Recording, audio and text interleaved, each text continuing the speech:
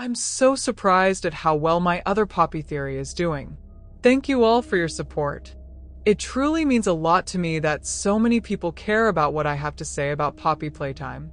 Again, thank you for your support. Now to the video. As the day gets closer and closer, we patiently wait to see what awaits us in the dark depths of Playtime Co. In the new trailers for the upcoming chapter, we are given a lot of new and interesting clues. I want to go over some of these clues to see what might be waiting for us in Chapter 4. Disclaimer: these are all just my thoughts and takes on what I think might be happening in the trailers for the new chapter, so please don't take this as fact nor dismiss any other theories. Thank you. If we take a look at the first trailer, we are greeted with a small, smiling critter. Taking a look around the room, we can see each characters of the smiling critters that seem to not be moving. Could this be a reference to the end of all smiling critters?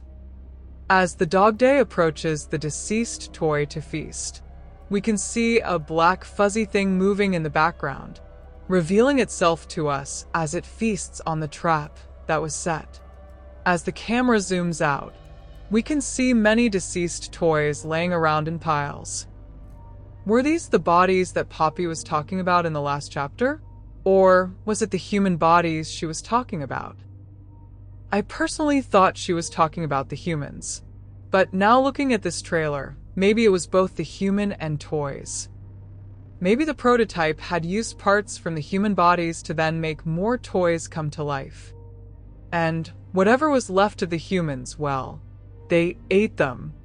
Once the human bodies started to disappear, they started feasting on the other toys. Looking at this new character, it seems to be a smiling critter, but a black sheep. Was this a critter that was made but never released? Or is this a prototype of a smiling critter that never made it to the production station, being the only one of its kind, making it the black sheep of the smiling critters? When playing Chapter 3, Catnap comes off as the outcast of the group, being the black sheep of the family. Do you think that Catnap and this sheep were friends? My guess is that they were. Here's why. If we take a look back at Chapter 3, in many parts of the game we can see really big scratches on the ceilings, floors, and walls. This seems to indicate that Catnap was the one responsible for them. But if we look closely, we can also see small scratches next to them. Looking at it from this perspective, was this smiling critter close to Catnap because they were both outcasts to the rest of the smiling critters? Maybe they stuck with each other knowing how the others were to them. Now, we could argue it was another toy. Yes, it could possibly be another toy. Although I can see a little critter following a bigger critter because they are both alike. Now that his friend has been taken from them, does the sheep want revenge?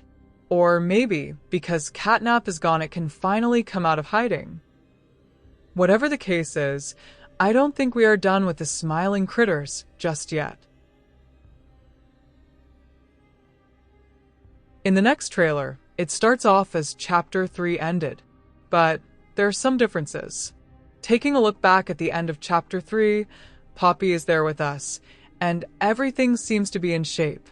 Now looking at the trailer, we're still there, but Poppy is gone, and so is the middle of the elevator rails and control panel. Was Poppy taken away while we were going down here? I can see Boxy Boo taking her as he's pulling up on the elevator, breaking off the middle console, grabbing Poppy in the process as she screams for the player to help. He then takes her away into the dark depths that awaits them. Maybe it was another toy.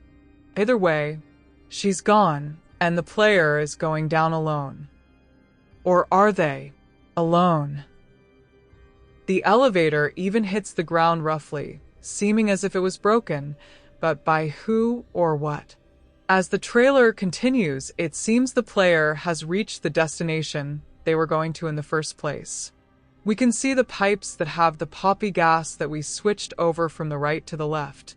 They needed it to go the opposite way so that the player can get closer to the answers they've been searching for, but It has seemed to still be flowing through pipes the way they are going. Did the player truly divert the gas away, or did they actually send it down here? Was it to maybe make whatever was down here fall asleep? Or was it to make something wake up? Maybe this is all just a setup to lure the player into their demise. To make all of this end once and for all. We all know these toys can't survive, not even the player or Poppy.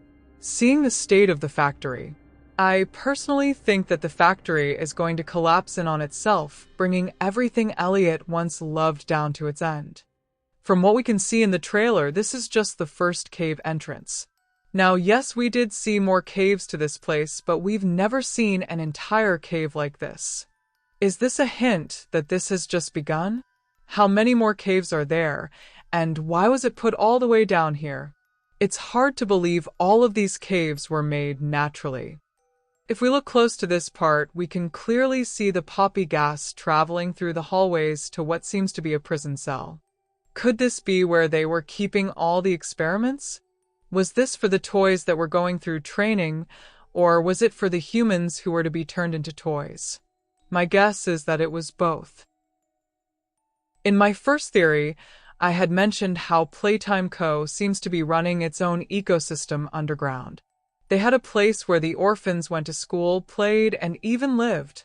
So it's not surprising to see a place like this, where they need to keep all the, quote, bad people at. And what better way than a prison? As the player walks to what looks to be the main entrance to the prison cells, there are a lot of monitors, with one that has an eye on it, set up as if they knew the player was coming to see them. To me, this seems as if they looked at you like, "Who are you?"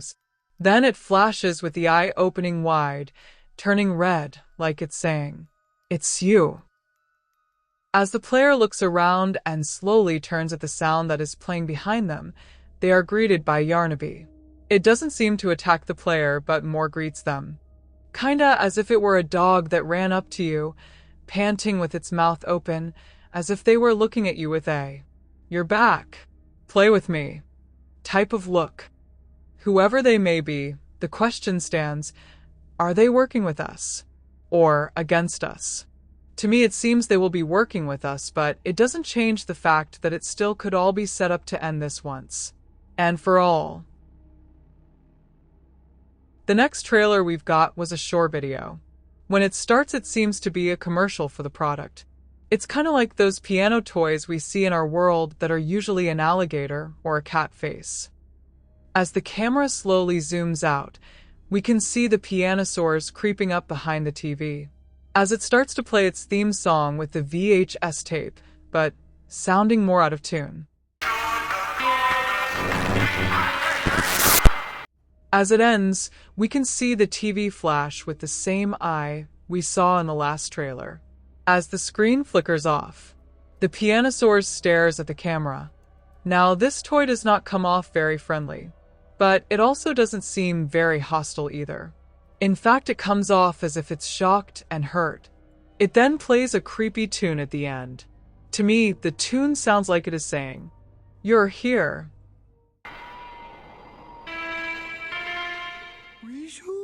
Kind of like how the other toy looked at the player in the last trailer. They are in shock, and maybe even happy that you are here. Happy to see you, or happy to get revenge? In this trailer, it starts off with flashing words on the screen. The words flashing on screen say, "Rebooting" and "Wake up." It seems as if we have seen these types of messages before, only when the player would fail and have to start over. That leaves the question, what or who is sending us these messages? Was it the prototype? Or was it maybe the doctor? I personally think it was a combination of the prototype, Poppy, and Ollie. In my first theory, I had theorized that Ollie could be a boogie bot. If this is the case, then he had been programmed by someone, but who? Was it the prototype? Or was it the doctor? I personally think it was the prototype and not the doctor, but I'll get to that in a bit. Looking at it from this perspective, if the prototype programmed Ollie, I think it was him, Poppy, and Ollie that were sending these messages. If Ollie is a boogie bot, nothing is said for certain. I don't think the doctor was the one that has been sending you these messages. I don't even think he was watching us this entire time. Here's why. If we take a close look at the background in the intro of the trailer, it looks as if there was poppy gas that is now being sucked up through a vent. Is this indicating that this all happened when the player moved the gas? Was this the place that was covered in the gas? This might have been the reason Poppy wanted it to move in the first place. Maybe he was the one they were waking up. Poppy must have known he was down here. More flashes on the screen happen, and it seems as if these are flashes of memories. To me, it seems as if the doctor was just made. Or maybe he was made but was under the effect of the poppy gas. And now he's barely waking up. He even seems to still feel pain in his head. What is this? Maybe when the player started heading down, he was starting to wake up. Him saying, curious, as he's looking through the cameras, realizing he is immortal. Maybe that's why we keep seeing the eye flash on every screen of the other trailers. It's him waking up. We see many of the creations that we know flash on the screen. Boxy Boo, Kissy, Catnap, Huggy, the prototype, even Yarnaby. But between them are flashes of graphic surgical images. There are also flashing messages between it all. It seems as if this is Sawyer's life flashing right before his eyes. He then realized what had happened to him and now sees what he is capable of doing with this new body. Maybe the prototype was the one that made him. Looking at what we can see, his body seems to be similar to the prototype. We know he can't be the prototype because he was talking to him in the secret prototype VHS tape that was close to the end of Chapter 3. Ready to talk now, are you? I possess A question. Go ahead. Is this why the doctor saw the prototype's hand there? Were they made using similar methods? Looking at this frame, maybe this was minutes before the player came in. Maybe this was when the prototype was setting the rest of him up to watch the show, placing the deceased Catnap onto his head. Going back to the secret prototype VHS tape, we can hear the prototype ask Sawyer if he felt anything while he was hurting them. The prototype then thanked him because he now knows where Sawyer stands with them. I cut and prod and burn at it, and I get closer with each session. So speak, or don't. Fight, or give in. Maybe the prototype wanted to have revenge by making him suffer the way they suffered by his hands. Maybe that's why Harley Sawyer survived, so that the prototype can put him through the same suffering they were being put through. Thank you. You thank me. Absolutely. I learn something new about you every day. Maybe the prototype thought he would lose his memory and not know who he was, therefore have control over him. But as Sawyer said, they have no idea what kind of mistake they just made. The minds of men are easy to break. You believed mine could be broken too. You were wrong. The minds of men are easy to break. You believed mine could be broken too.